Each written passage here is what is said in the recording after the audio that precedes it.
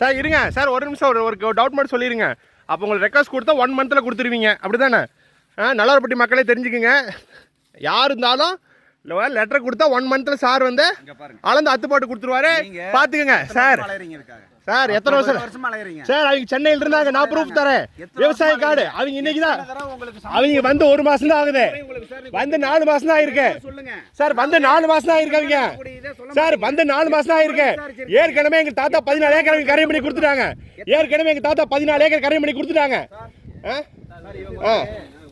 சரி கிளம்புறேன் sir. Sir அவ்வளோ டவுட் தான் கிளியர் பண்ண சொல்லுங்க.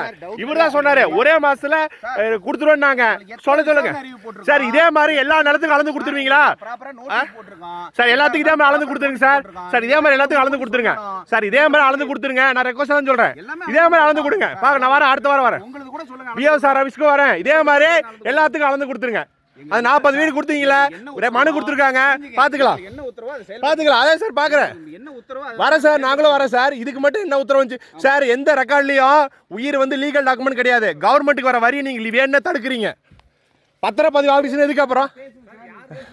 இல்ல பத்திரப்பதிவு ஆபீஸ் எதுக்கு அப்புறம்? பத்திரப்பதிவு ஆபீஸ் எதுக்கு?